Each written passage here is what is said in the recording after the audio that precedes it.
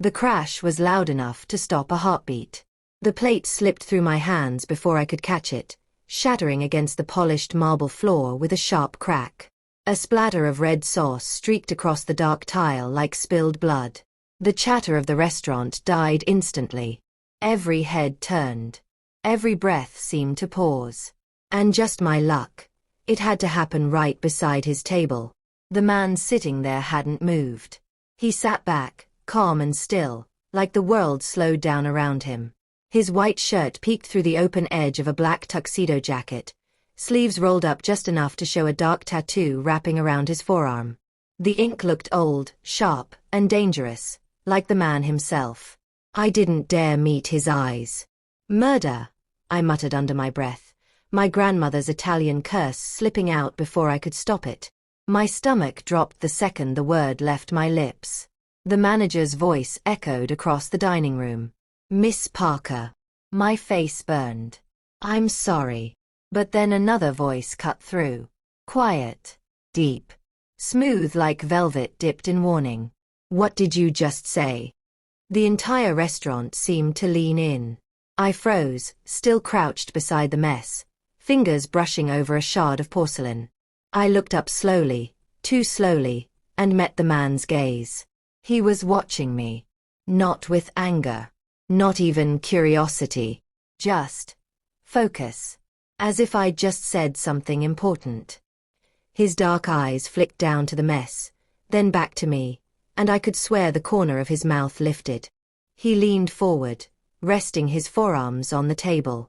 Say that again, he murmured. Slowly. The air between us thickened. I could hear my own heartbeat. It's nothing, I stammered. Just a slip. He rose from his seat, moving with the kind of quiet confidence that drew every pair of eyes in the room. Even Mr. Donati, the restaurant's owner, who'd been red-faced a second ago, now stood stiff and pale. Mr. Marcelli, he said quickly, voice trembling with a polite fear. Please allow me to. Dante Marcelli ignored him. He walked around the table until he stood in front of me. His polished shoes stopped inches from where I knelt. His shadow fell across the floor, swallowing the scattered shards. Careful, he said softly, crouching beside me. His hand brushed mine as he picked up a broken piece of the plate. The simple touch sent a jolt straight up my arm. You'll cut yourself. His voice wasn't cruel, but there was power in it. The kind that didn't need volume to make people listen. I swallowed hard. I'm fine, sir. He studied me for a long second before placing the shard on the table behind him. Then, with a faint smile that didn't reach his eyes, he added, Next time you curse at fate, make sure fate isn't sitting right in front of you. And just like that, he straightened and walked back to his seat. The manager rushed over to whisper something, but Dante Marcelli waved him off, his attention already shifting elsewhere. I finished cleaning in silence, my heart still hammering against my ribs. The rest of my shift passed in a blur. Every clatter made me jump. Every time I looked up, I caught him watching, never openly, just in passing. His expression was unreadable. By closing time, the restaurant had emptied. My hands ached, my feet throbbed, and all I wanted was to collapse.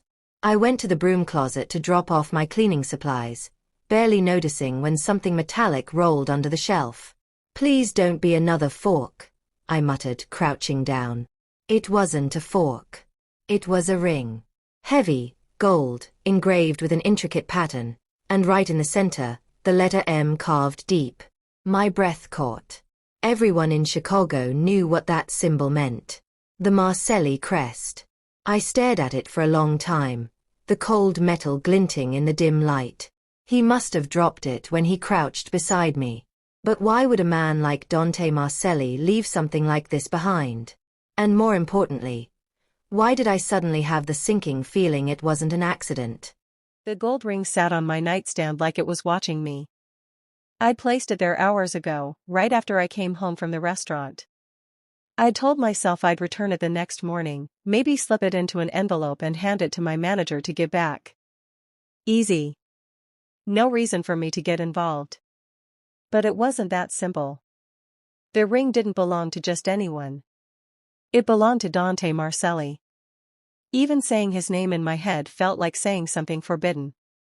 Every newspaper, every late-night whisper in the kitchen at work, they all painted him as someone you didn't want to owe anything to. Cold, powerful, untouchable. The kind of man who could make people disappear with a single word. And now his ring was in my apartment. I sat cross-legged on the couch, staring at it from across the room, my fingers wrapped around a half-empty mug of coffee. My mind ran in circles. What if he noticed it was gone?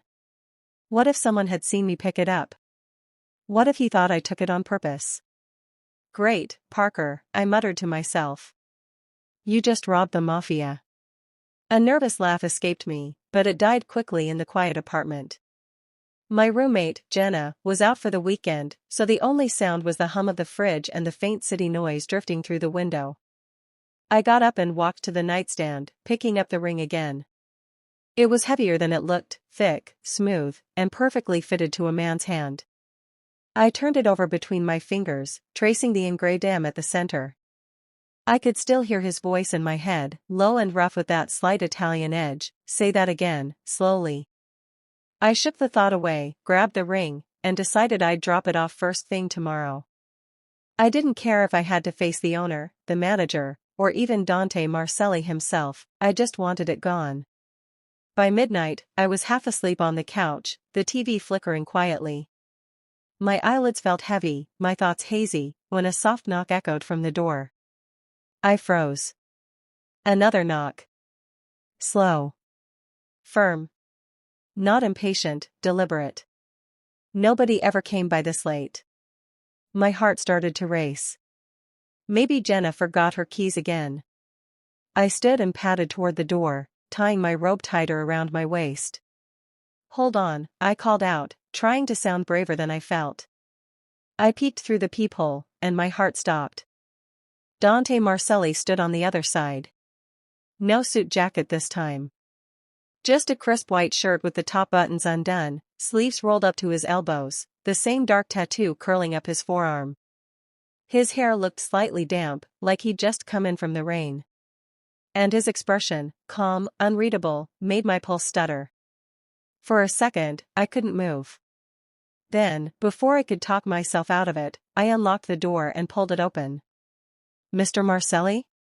My voice came out small, unsure. He looked at me, eyes steady. Dante, he said simply. I swallowed hard. What are you doing here? He didn't answer right away. Instead, his gaze moved past me, scanning the small apartment behind my shoulder. The tiny kitchen. The old couch. The broken lamp I still hadn't fixed. Then his eyes came back to mine. May I come in? The question didn't sound like a request. Yeah, I said, stepping aside. My fingers tightened on the door handle as he brushed past me, his cologne faint but unmistakable, a mix of spice and smoke, something expensive that didn't belong in a place like this. He stopped near the table, looking at the ring sitting there like it had been waiting for him. His jaw flexed slightly. So you found it? I didn't steal it. I blurted before I could stop myself. It was on the floor, in the broom closet.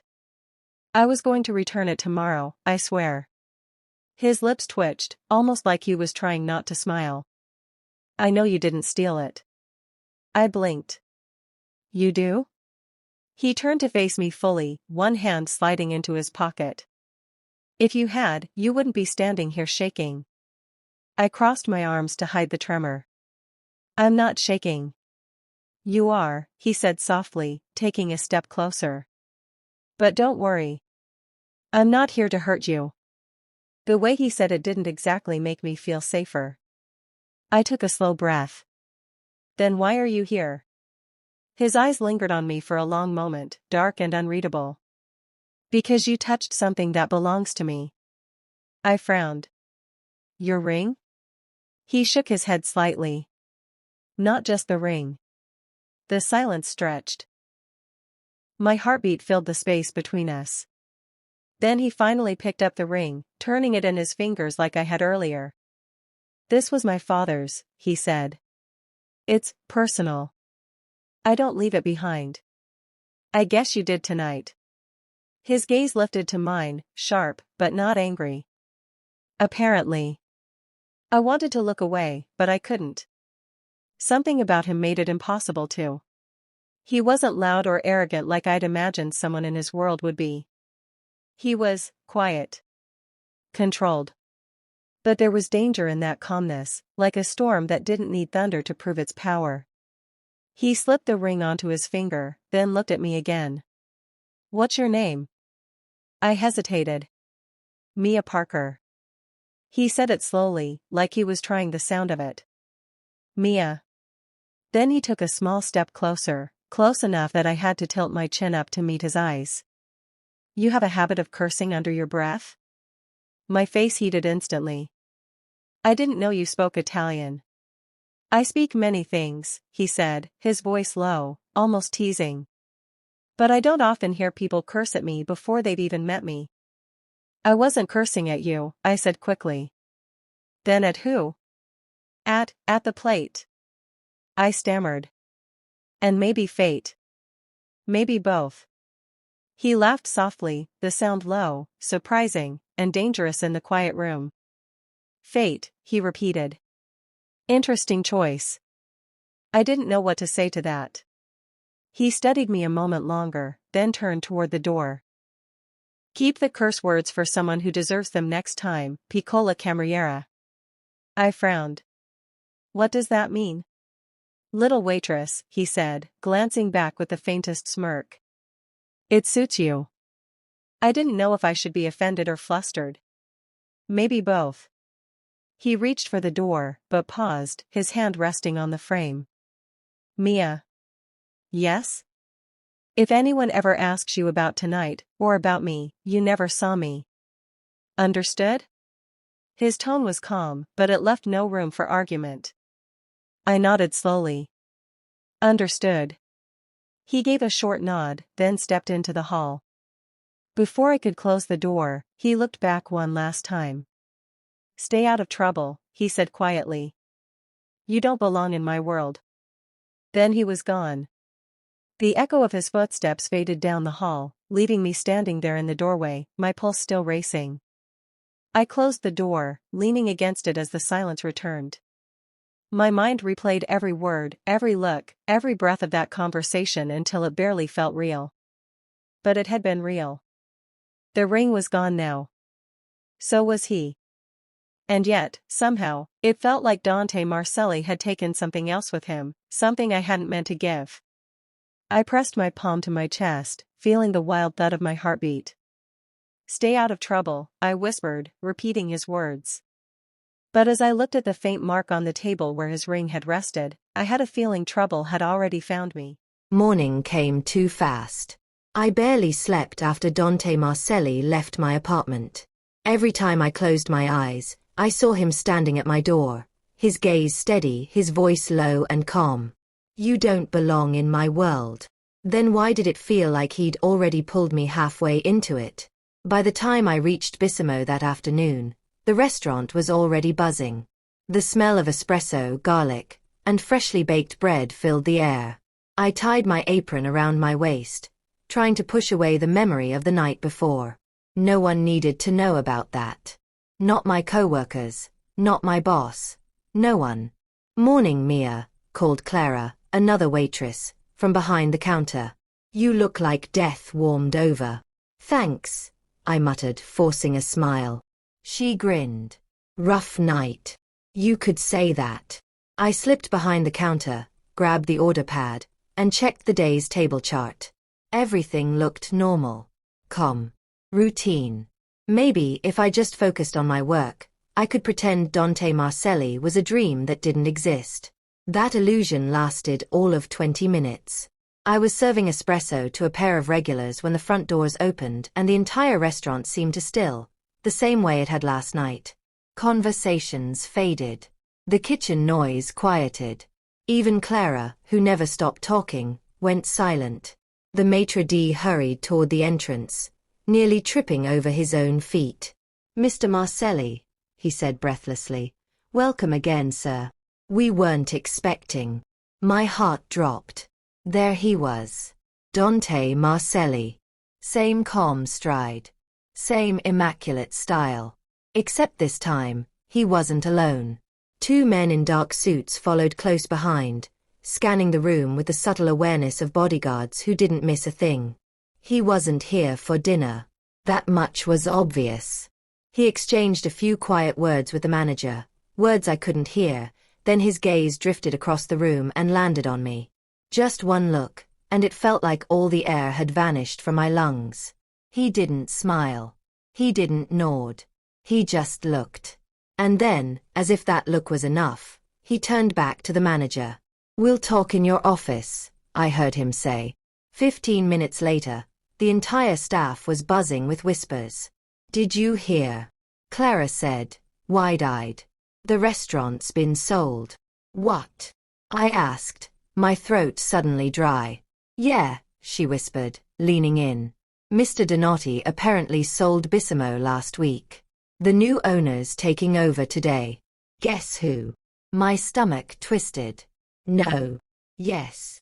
I didn't even have time to process that before the manager, now pale and sweating, came out of the office, followed by Dante.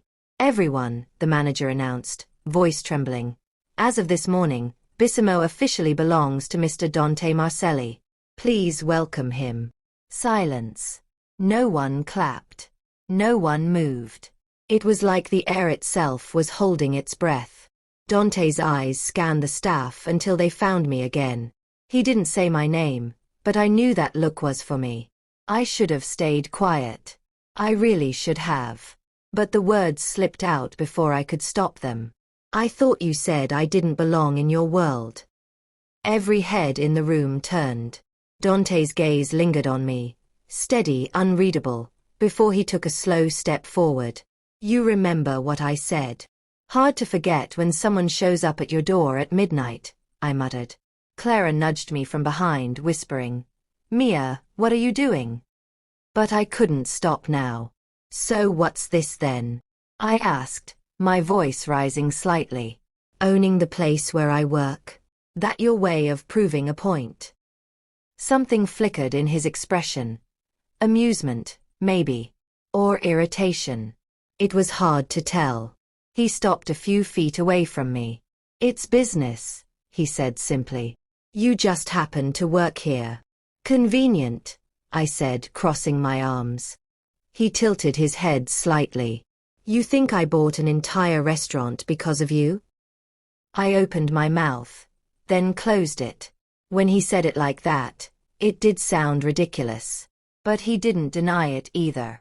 His lips curved faintly. "Relax, piccola cameriera. You're not that important." Heat rushed to my cheeks. "Then stop looking at me like I am." The faintest trace of a smirk touched his mouth, gone almost as quickly as it appeared. "Noted." He turned to the rest of the staff. "You all have jobs as usual. Nothing changes except ownership. I expect professionalism, loyalty, and respect." His gaze flicked to me for half a heartbeat. "Especially respect." "Yes, Mr. Marcelli," the manager stammered. Dante gave a curt nod and walked toward the back office again, his men following behind. I exhaled shakily. My co-workers exchanged nervous glances, whispering. Clara mouthed, "You're insane." Maybe I was. The rest of the shift went by in fragments. Every time the office door opened, I tensed. Every time I heard his voice, that deep, calm tone, my stomach tightened. I told myself it didn't matter, that he wouldn't care about someone like me. But every glance, every accidental brush of his eyes against mine, said otherwise. Near closing time, I was wiping down tables when a shadow fell across the counter. "Mia." I froze. Only one person said my name like that. I looked up. Dante stood there, sleeves still rolled, jacket over one arm. "Come with me." I hesitated. "Why?" His tone didn't change. "Because I asked." I followed him, my heartbeat quickening with every step. He led me through the quiet dining area, past the curious stares of my coworkers, and into the office. The door clicked shut behind us. Dante didn't speak right away. He set his jacket neatly across the back of the chair and rolled up his sleeves with slow, deliberate movements, the kind that made it impossible to look anywhere else. I stood near the door, trying to ignore the racing pulse in my chest. The air in the office felt different with him in it, heavier somehow. "If you're here to fire me," I said finally, forcing out the words, "you could have just sent an email." One corner of his mouth lifted, but it wasn't a smile. "If I wanted you gone, you'd already be gone." "Comforting," I muttered. He turned to face me fully. "You don't seem surprised. That you bought the place?" I crossed my arms. "Oh, I'm surprised. I just haven't decided if it's the kind where I scream or laugh yet." His gaze held steady on mine, calm but sharp. "I told you last night, you don't belong in my world." I swallowed hard. "Yeah, I remember that." He took a slow step closer, and I instinctively stepped back until my shoulder brushed the door. "So why do I keep finding you in it?" he asked quietly. "That's not fair," I said, my voice catching. "I work here. You walked in." He nodded once, as if agreeing. "You're right. I walked in." "Why?" I demanded. "Because of me?" His jaw tightened, and for a second, he didn't answer. The silence stretched too long, and I hated that my heart started pounding harder waiting for him to. Then he said, simply, "Because something about this place doesn't sit right. And maybe neither do you." I frowned. "What's that supposed to mean?" He didn't explain. He just studied me, his eyes scanning my face like he was trying to read something written between the lines. "You're not from around here, are you?" he asked. I blinked. "Does that matter?" "Everything matters," he said softly. The quiet between us thickened. I could smell his cologne, clean, dark, expensive, and see the faint veins along his forearm where the tattoo curved under his shirt cuff. He didn't have to touch me for the air to feel electric. "I gave you your ring back," I blurted suddenly, trying to break the silence. "So whatever this is, it doesn't make sense." "I know." "Then why are you here, Dante?" He hesitated. "Because I don't like loose ends." "I'm not a loose end." His lips curved slightly. "No. You're something else." The way he said it made heat rise to my face. I dropped my gaze, fumbling with the hem of my apron. "I should get back to work." "You should," he said, though his tone didn't sound like he meant it. But when I tried to move past him, he shifted just enough to block my path. Not forceful, just deliberate. His body close enough that I had to tilt my head back to look up at him. His eyes were steady, unreadable. "You really don't know who I am, do you?" I hesitated. "I know enough." "Then you know you shouldn't talk to me the way you do." I met his gaze, pulse racing. "Then maybe you shouldn't talk to me at all." A slow smirk tugged at the corner of his mouth, gone almost as soon as it appeared. "You've got a dangerous mouth, Piccola Cameriera." "I told you, stop calling me that. I like how it sounds." "Of course you do," I muttered. He stepped back finally, letting me pass. "You'll keep working here," he said. "The restaurant stays the same. You keep your hours, your pay, everything." "Why do you care if I stay?"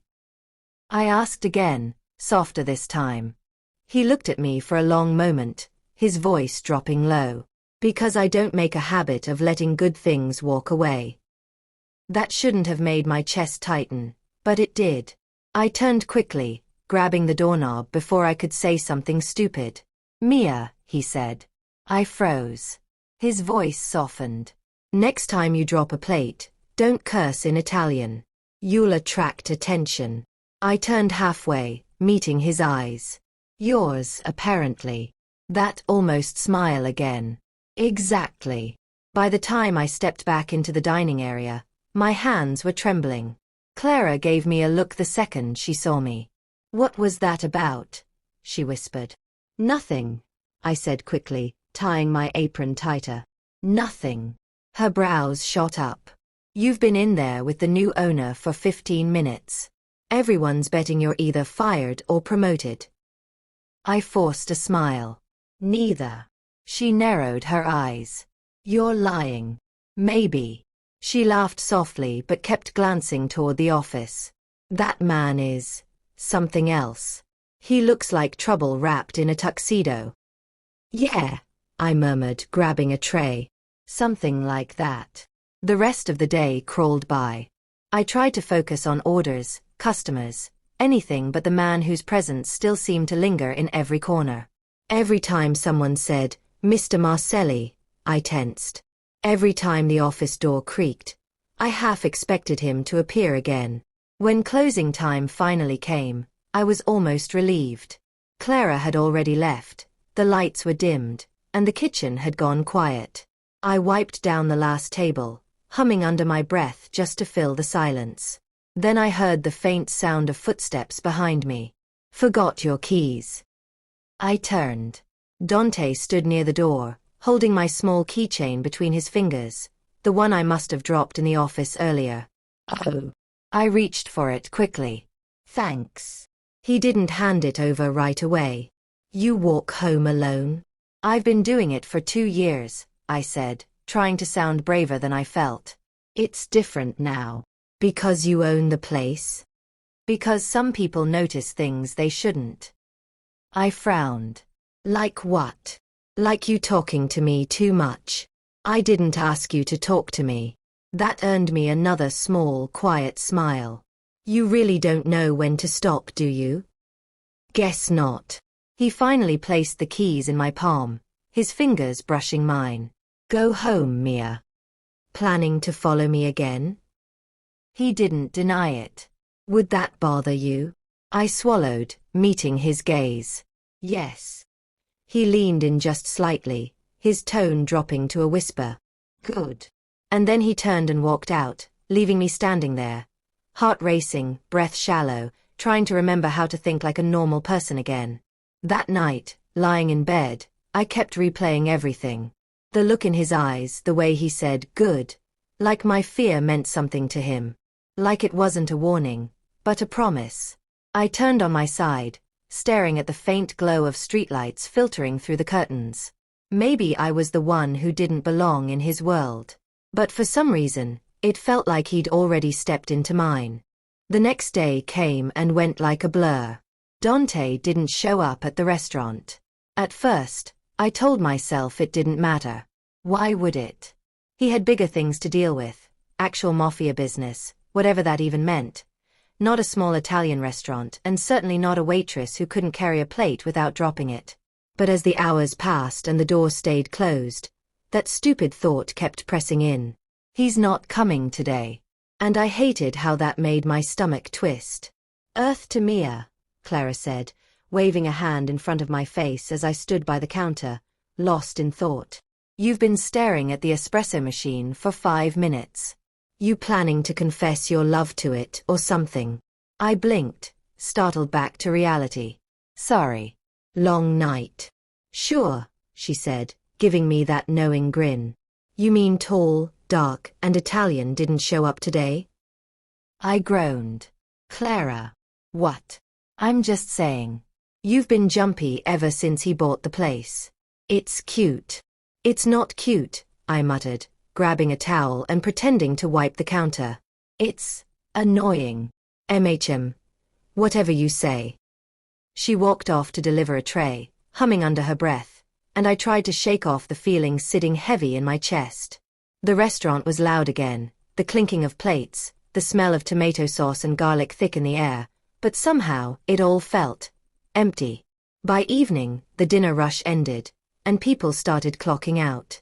I was ready to do the same when the manager poked his head out of the office. Mia, he called. Can you cover for Jenna tonight? She called in sick. My shoulders sagged. Another shift. Just a few hours, he said, already retreating.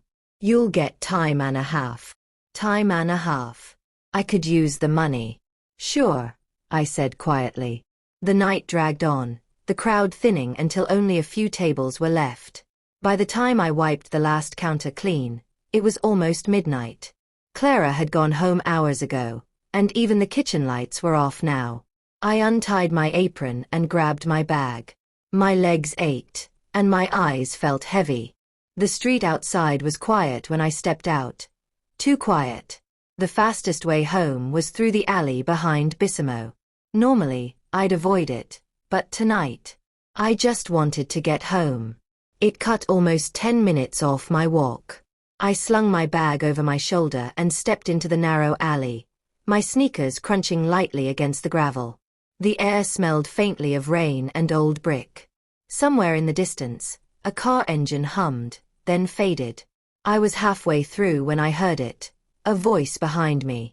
"Hey, sweetheart." My spine stiffened. I didn't turn around. Just kept walking, pretending I hadn't heard. "Where you goin' so fast?" The voice was slurred, heavy with alcohol. A laugh followed, low and ugly. "You lost or something? I can help you find your way." My heart started pounding. I gripped my bag tighter and picked up my pace. Footsteps echoed behind me. "Faster now. Come on, don't be shy," he called out again, his tone sharper. "Just wanna talk." That was the moment I started running. My shoes slapped against the ground, my breath coming in short gasps. I didn't dare look back. I didn't want to see him gaining on me.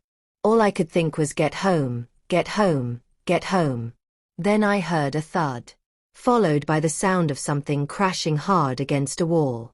I stopped dead, heart hammering so loud I could barely hear anything else. Slowly, I turned. The drunk man was on the ground, groaning, and standing over him, breathing steady, was Dante Marcelli. He flexed his right hand once, like it ached from the hit, his eyes cold and unreadable. "You're safe now," he said, his voice low. For a second, I couldn't speak, couldn't move. The relief hit me all at once, mixed with disbelief. "You how?" I swallowed, my voice barely a whisper. "Thank you." He looked at me, eyes softening just slightly. "You shouldn't walk alone this late." "I didn't plan on it," I said weakly, glancing down at the man still on the ground. "How did you even?" He didn't answer. Instead, he reached down, grabbed the guy by the collar, and hauled him upright with effortless strength. "Go home," Dante said, voice sharp as a blade. "If I ever see you again, you won't walk away next time." The man stumbled off, muttering something incoherent before disappearing around the corner. Dante turned back to me. "You okay?" I nodded, though my legs still shook. "I think so." He stepped closer, his tone softening. "You sure?" His voice wrapped around me like warmth after a storm. I nodded again, unable to look away from his eyes, that calm, dark gaze that seemed to see straight through me. "I was on my way home," I murmured. "Didn't mean to." "I know," he said. "Were you following me?" For a second, I thought he might actually answer. But instead, he looked away. "Does it matter?" I wanted to say yes. I wanted to ask him how he knew I was in danger, how he even found me here, but the words caught in my throat. What mattered was that he was here, that he'd shown up. Again. We walked in silence after that. He didn't say where he was going, and I didn't ask. But every time I glanced over my shoulder, I saw him there, a few steps behind me, his pace matching mine. The streets were mostly empty now. The hum of the city had gone quiet, the air cool and still. My fear slowly eased into something else, something I couldn't quite name. When I reached my building, I turned at the steps, hoping to invite him for a drink. But he was gone. I looked around, heart skipping, but the street was empty now. He'd vanished as quietly as he'd appeared. A sigh slipped out before I could stop it. "Of course," I whispered. I unlocked my door and stepped inside, leaning against it once it clicked shut. The apartment was silent, dimly lit by the glow from the street outside. I toed off my shoes and rubbed my arms, trying to shake the chill that lingered, not from fear this time, but from something else entirely. Something about him. He'd said barely 10 words tonight, but they echoed in my mind like a heartbeat. You're safe now. I walked to the window and peered out, half expecting to see him standing there. But there was no one. Just the quiet hum of the city and the faint rustle of leaves in the wind. He was gone. Thank you, I whispered again, even though he couldn't hear me. The next day passed like smoke. Dante didn't show up at the restaurant. Not once. By evening, the place was nearly full. The air was warm with the smell of roasted tomatoes and fresh basil. Soft Italian music floated from the speakers, and the chatter of customers covered the sound of clinking glasses. It should have been just another night. Ordinary. Predictable. But there was this strange, restless ache sitting in my chest, the kind that comes when you miss something you shouldn't. Around closing, I went to the kitchen to grab my coat, only to stop in my tracks. Sitting on the counter was a single white rose, tied with a black silk ribbon. My breath hitched. Next to it was a small folded note with 2 words written in deep, neat handwriting. And GT, you're safe. DM. For a moment, I couldn't move. My fingers trembled as I traced the letters, the scent of the rose drifting up like something alive. My chest felt tight, like the room had suddenly lost all its air. I tucked the note into my apron, trying not to smile. By the time I finished cleaning up, the other waitresses had already left. Clara blew me a kiss on her way out. Don't stay too late, Mia. It's creepy here after midnight. I laughed softly. I'll be fine. But the truth was, the silence that settled after everyone left felt heavy. The hum of the refrigerators and the ticking clock were the only sounds left. I was wiping down the last table when I felt it, that quiet shift in the air again. That awareness that I wasn't alone. When I turned around, he was standing in the doorway. Dante Marcelli. No suit this time, just a dark shirt, the sleeves rolled up, and a faint shadow on his jaw. He looked more human like this, less untouchable, but still just as dangerous. My heart stumbled in my chest. You shouldn't sneak up on people like that, I managed to say. He stepped forward, his voice low. I didn't sneak. You just didn't hear me. I was busy, I said quickly, reaching for my bag. If you're here to inspect the restaurant again, Mr. Marcelli, I'm off the clock. He didn't answer right away. His gaze lingered, quiet, unreadable, before he said, You got my message. The rose. I nodded. Yeah. That was unexpected. Not unwanted, I hope. I hesitated. I didn't say that. Something softened in his eyes then. A brief, almost unguarded warmth. He moved closer, each step measured. You shouldn't walk home alone at night, Mia. I tried to sound casual, but my voice came out softer than I intended. You can't always be there to save me. Maybe not. His tone dropped, almost a whisper. But I can try. The space between us shrank until I could feel the faint heat of him, smell the faint mix of cologne and rain. My pulse beat fast. Too fast. Why are you here, Dante?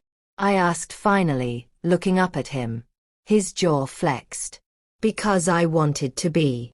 That's not an answer. He sighed, running a hand through his hair. You shouldn't want anything to do with me, Mia. I gave a small, shaky laugh. You keep saying that. Because it's true. Then stop showing up every time I need you, I whispered. He stilled. For a long moment, neither of us spoke. The tension between us was so thick it almost felt like the air itself was holding its breath. Then he reached out, slowly, and brushed a strand of hair from my face. The touch was light, but it burned all the same. Tell me to go, he said quietly. If that's what you want. I should have. God, I should have. But I couldn't find the words. Instead, I whispered, You won't. His lips curved slightly, that faint ghost of a smirk I'd come to recognize. You're right. We stood there for what felt like forever. Silence, heartbeat, breath. Every sound in the world seemed to fade until it was just the two of us. Then, with the gentlest touch, His hand slid down to my jaw. My pulse jumped. "Why do you keep saving me, Dante?" I asked, my voice barely a whisper. He looked at me for a long time, eyes dark, steady, intense. Then he said, "Because I can't stand the thought of anyone else touching you." The words hung between us, heavy and dangerous. I felt my heart lurch. That sounds possessive. It is. He leaned closer, his breath brushing my cheek. "And it's wrong. But you don't care." "No," he murmured. "Not when it comes to you." My hands had started to tremble, and I didn't know if it was fear or something else. His thumb traced the edge of my chin, slow and deliberate, before he finally stepped back. The air rushed in between us like a tide returning to shore. "You don't belong in my world, Mia," he said quietly. "If I walk away, it's not to protect me. It's to protect you." I swallowed hard. "And if I don't want you to walk away?" His eyes met mine, and for the first time, I saw something raw there. Something that looked a lot like pain. "Then it's already too late," he said softly. And just like that, he turned and left, leaving me standing there in the empty restaurant, my heart pounding against my ribs, his words echoing in my head long after the door closed behind him. The silence that followed was almost unbearable. Mia stood there, staring at the door long after it closed, her breath still uneven. The scent of his cologne clung faintly to the air, something dark, expensive, and addictive. She pressed her palm against her chest, as if that could slow the wild beat of her heart. Too late. The words wouldn't stop echoing in her mind. She sighed and finally forced herself to move. Her hands felt heavy as she picked up her bag and turned off the lights. The reflection that stared back from the restaurant's glass door looked like someone else. Flushed cheeks, dazed eyes, lips parted like she'd been holding her breath too long. "Get it together, Mia," she muttered under her breath. "He's your boss. Your mysterious, frustrating, way too handsome boss." The night air outside was cool, brushing against her warm skin like a wake-up call. She locked up and started down the street, the sound of her shoes echoing against the pavement. It was late, past midnight, and the streetlights stretched long shadows across the road. Her thoughts were a mess. Every time she tried to push Dante out of her head, another image replaced him. His hand brushing her hair, the low rasp of his voice, the way his eyes softened when he looked at her. He was wrong for her in every possible way, and yet, she couldn't deny what she felt. By the time she reached her apartment building, exhaustion had replaced the rush of adrenaline. She climbed the stairs, each creak of the old wood sounding louder in the quiet hallway. When she reached her door, something made her pause. A small white envelope was taped to it. Her heart skipped. She glanced around. The hallway was empty, silent, then peeled it off carefully. The envelope was plain, unmarked, but she already knew. The handwriting on the back, elegant and bold, confirmed it, DM. Her fingers trembled slightly as she opened it. Inside was a short note written in neat, fluid strokes. "And GT, tomorrow night. The Marcelli Foundation Gala. Come with me. D." Mia's breath caught. He wanted her there, with him. Not as a waitress. Not as some charity guest. As his. She stared at the note for a long time, her emotions tangled between excitement and fear. She wasn't sure which one was stronger. When she finally stepped inside, the faint light from her small lamp flickered over the second surprise. A box. Set neatly on her couch, wrapped in glossy black paper and tied with a red ribbon. Her pulse quickened. She tore it open carefully, and gasped. Inside lay a stunning crimson gown, sleek and delicate, with soft silk that seemed to shimmer even under the weak light. Her fingers brushed over the fabric, almost afraid it wasn't real. Tucked into the folds was another small note. "And GT, red suits you. D." Mia sank onto the couch, staring at the dress. The last time someone had bought her anything remotely expensive was never. And yet, this didn't feel like a gesture meant to impress. It felt deliberate, personal. Still, part of her hesitated. Why her? She was just a waitress struggling to pay rent. Dante Marcelli was. Well, Dante Marcelli. You don't belong in my world, Mia. His words circled back like a warning she couldn't shake. She dropped her head into her hands and sighed. What am I doing? But later that night, as she lay in bed staring at the ceiling, she knew she'd already made up her mind. The next evening, Mia stood in front of her mirror, smoothing the red fabric over her hips. The dress fit perfectly, like it had been made for her. She twisted slightly, feeling both nervous and alive in a way she hadn't in years. When the knock came at 8 sharp, her heart jumped. She opened the door to find Dante standing there, dressed in a black tuxedo, his dark hair slicked back, his expression unreadable. But his eyes, those sharp, impossibly intense eyes, softened when they landed on her. He said nothing for a moment, just looked at her. Then, quietly, "Red suits you." Her lips curved. "You already said that." "I wanted to see it for myself," he murmured. Her pulse quickened. "You didn't have to go through all this trouble." He tilted his head slightly. "If it were trouble, I wouldn't have done it." The car ride was quiet, their hands brushing once or twice between them. Each time, it sent sparks racing up her arm. The gala shimmered like a dream she didn't belong in. Everywhere Mia looked, there was wealth. Diamonds catching the light, champagne glasses glinting gold, conversations flowing in smooth Italian she barely understood. And in the middle of it all, she felt small. Dante had been by her side most of the night, a quiet anchor amid the noise. Every time he placed a hand on the small of her back or leaned close to speak against her ear, her pulse jumped. But he wasn't overbearing. He never was. He just was there. Until he wasn't. At some point during the dinner, one of his men whispered something to him. Dante leaned close and said, "I'll be right back." Then he walked away, that measured, confident stride, and the moment he disappeared into the crowd, the noise around her seemed louder. Mia reached for her glass of water, trying to distract herself, when a shadow fell across the table. "You must be Mia." She looked up, and froze.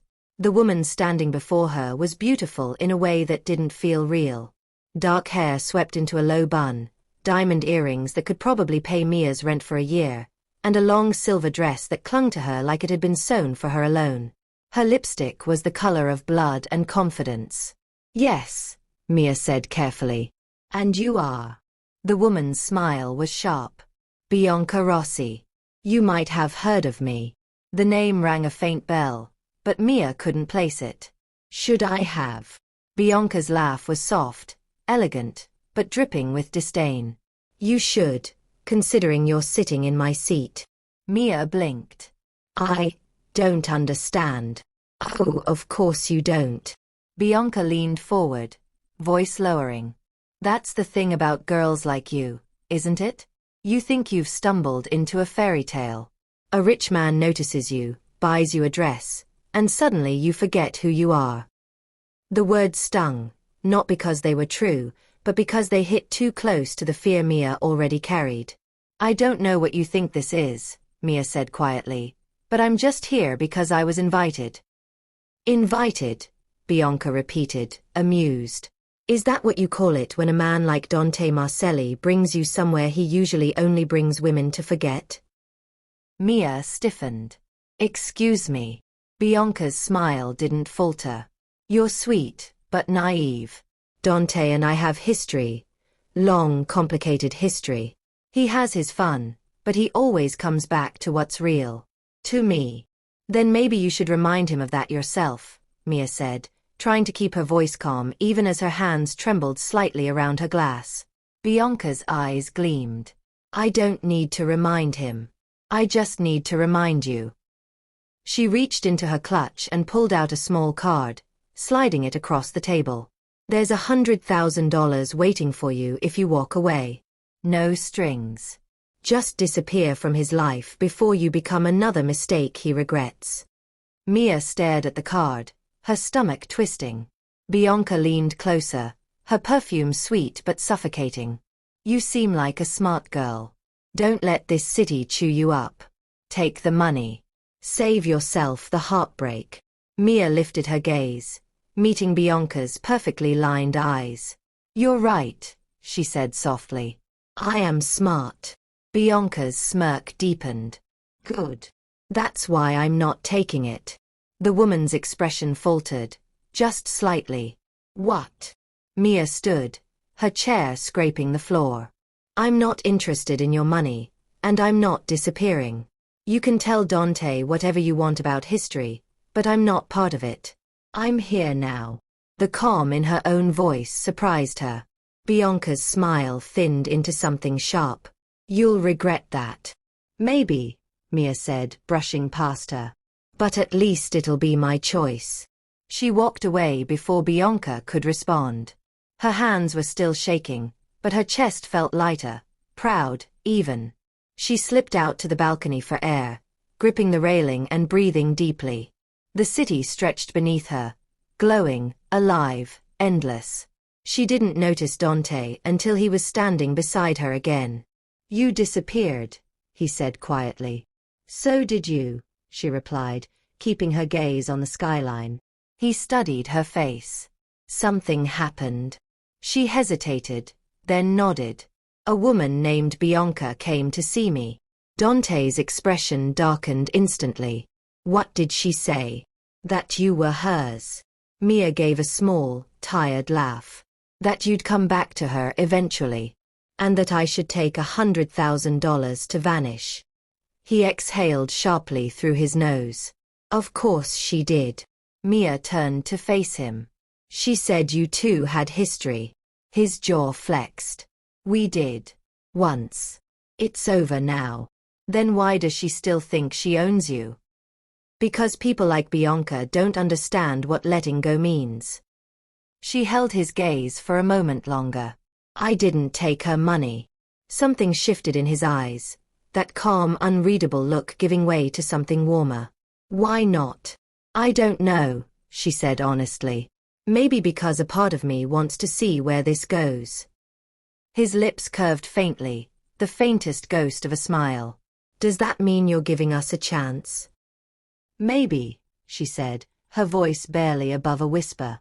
He took a slow step forward, the city lights reflecting in his eyes. La mia piccola cameriera. Her brow furrowed. What does that mean? My little waitress.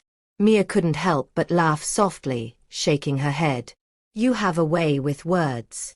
And you have a way of making me forget mine, he said, his tone quiet but full of meaning.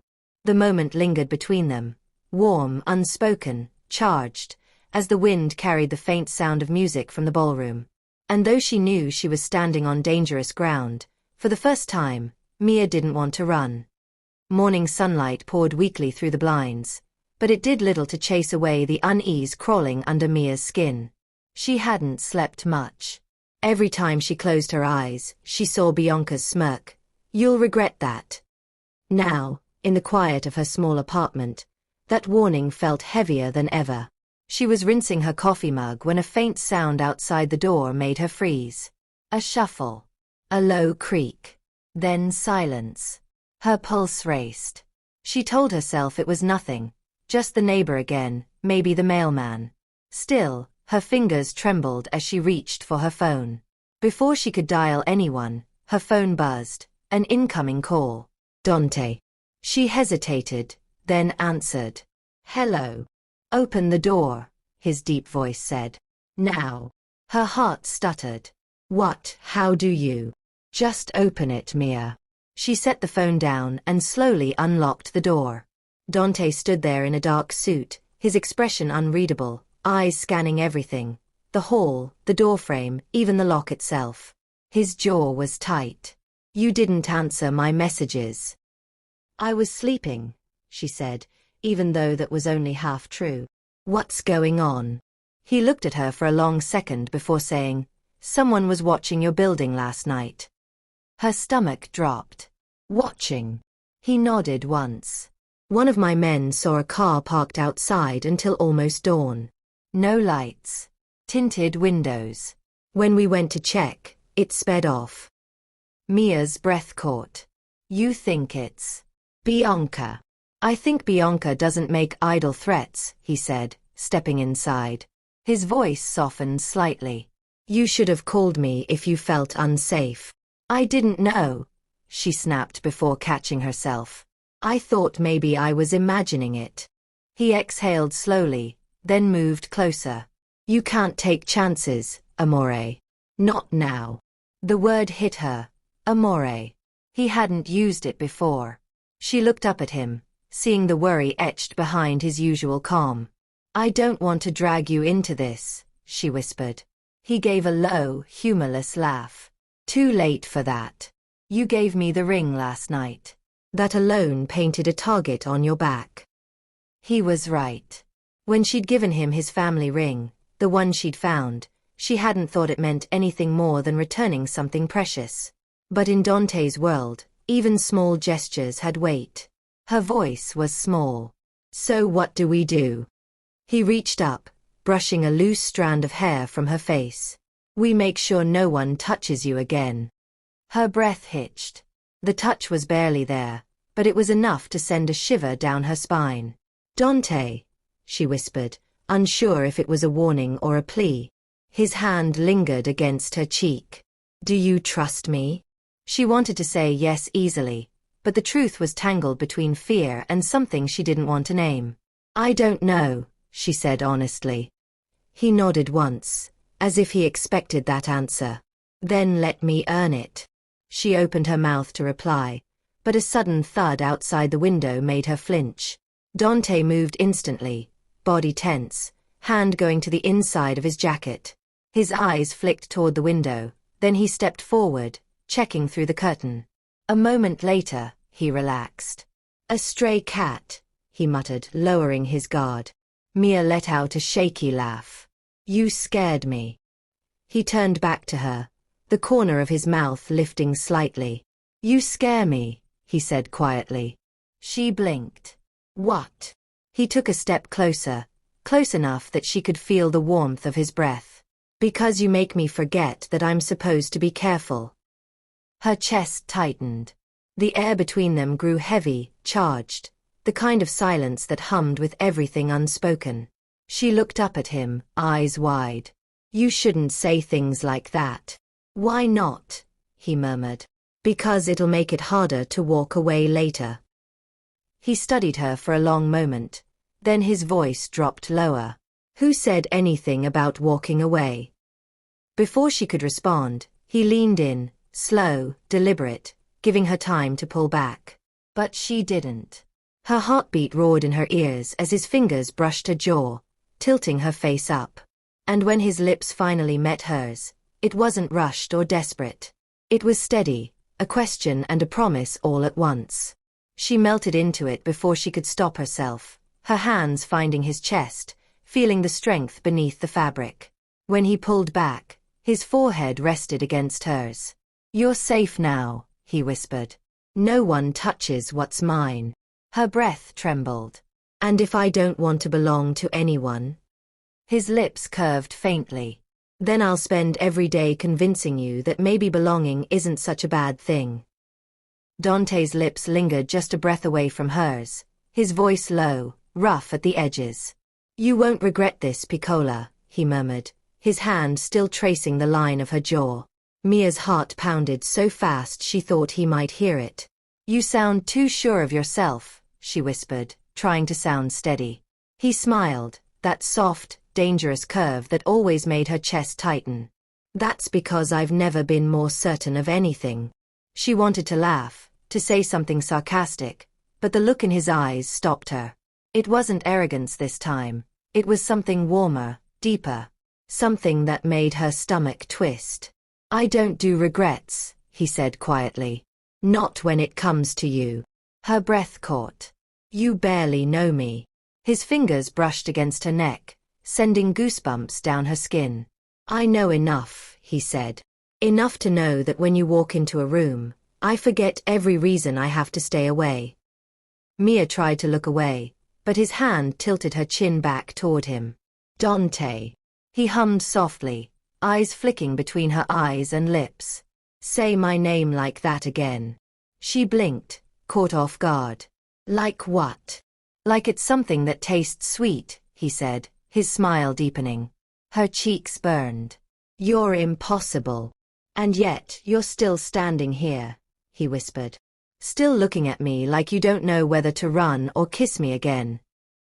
She tried to pull back, but his thumb stroked her lower lip, a slow, lazy motion that made her knees weak. You don't fight fair, she said. He leaned in, his breath brushing her skin. I don't fight at all when it comes to you. Mia's pulse fluttered like a trapped bird. Every word seemed to sink beneath her skin, warm and electric. She wanted to say something sharp, something to break the tension, but her voice refused to come. He chuckled softly, the sound low and rough. You blush too easily, he said. It's dangerous. Makes me want to find new ways to see how deep it goes. Her breath hitched, and he smiled at the effect his words had on her. Stop saying things like that, she managed. Why? He asked, his voice soft but teasing. Because it makes you blush? Because it makes me. She stopped herself, clenching her fists. Feel something you shouldn't, he finished for her, eyes darkening. She swallowed hard. Exactly. He gave a slow nod, his thumb brushing along her cheek one last time. Then maybe that's how you'll know it's real. The words sank deep, quiet, unshakable. She didn't trust herself to speak, not when every nerve in her body was still humming. Dante smiled faintly, almost tender now. You're shaking, he whispered. I'm not, she lied. He leaned closer again, so close that his lips grazed her ear. Then why can I feel it? Mia drew a sharp breath, stepping back, but he let her, his hands falling to his sides. You should go, she whispered, though her voice wavered. I should, he agreed, but his eyes didn't move from her face.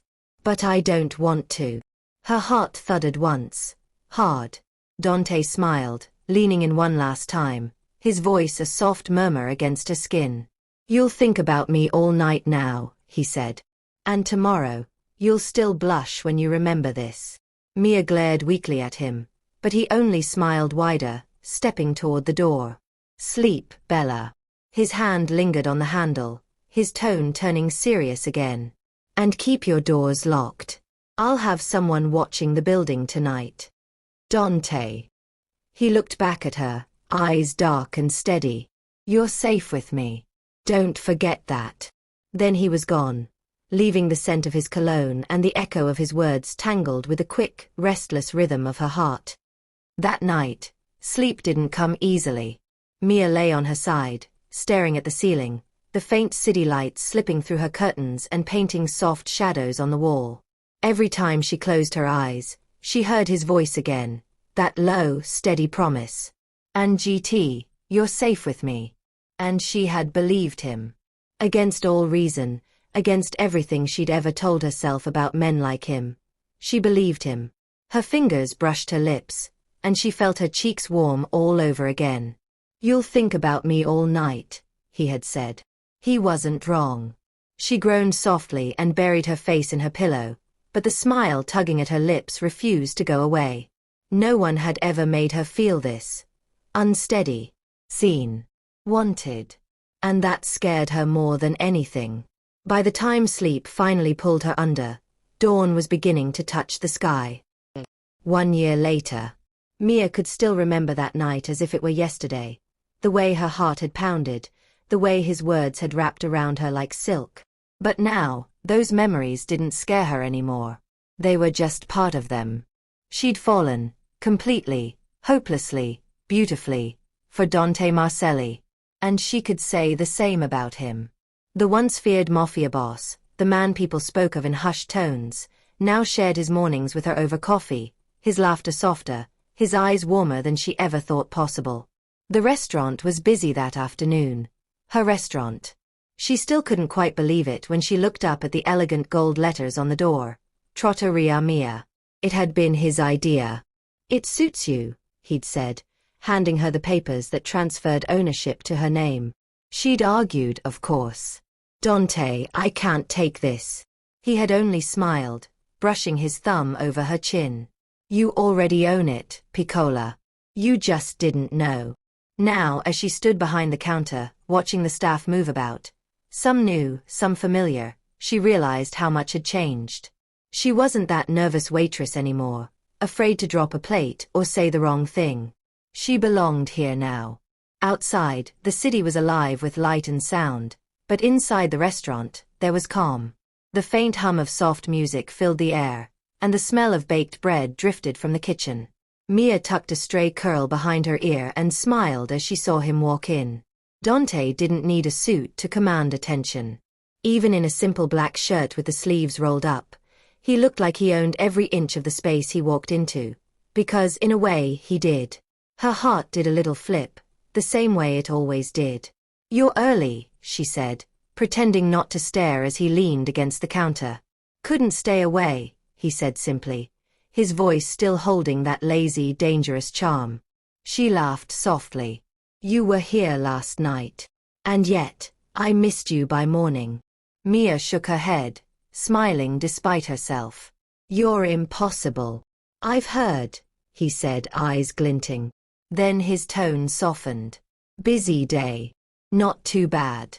The lunch crowd was light. She paused, lowering her voice. "I made that lemon risotto you like. It's in the kitchen if you want some." He smiled, that faint, rare curve of his lips that still made her stomach flutter. "You remember everything." "I try." For a moment, they just looked at each other, the kind of quiet, unhurried gaze that said more than words could. A year had passed, but the pull between them hadn't faded. It had only grown deeper, steadier, stronger. He reached out, brushing his fingers against hers over the counter. "You've done well, amore mio. Only because you believed I could." His eyes softened. "No, Piccola. You just needed someone to remind you that you already could." Her chest tightened at that, the warmth, the sincerity in his voice. She smiled, the kind that reached her eyes. "You're getting good at this whole sweet talk thing, Mr. Marcelli." He leaned closer, voice dropping low. "Only for you." Mia laughed quietly, shaking her head. "You know, if anyone told me a year ago that I'd end up with a Mafia boss who quotes romantic lines over coffee, I'd call them insane." He smirked. "And now?" "Now?" She looked up at him, her heart soft and steady. "I wouldn't have it any other way." Dante's smile faded into something more serious, more intimate. "Neither would I." He leaned in, pressing a kiss to her forehead, a small, quiet gesture that still made her chest ache in the best way. Outside, life moved on. Cars, people, the sound of the city. But for Mia, everything felt still. She had found peace in the most unexpected place, in the arms of the man the world warned her to stay away from. And as his hand found hers, she realized something with absolute certainty. He hadn't just protected her. He'd loved her into strength. The end. Please subscribe for more romantic stories.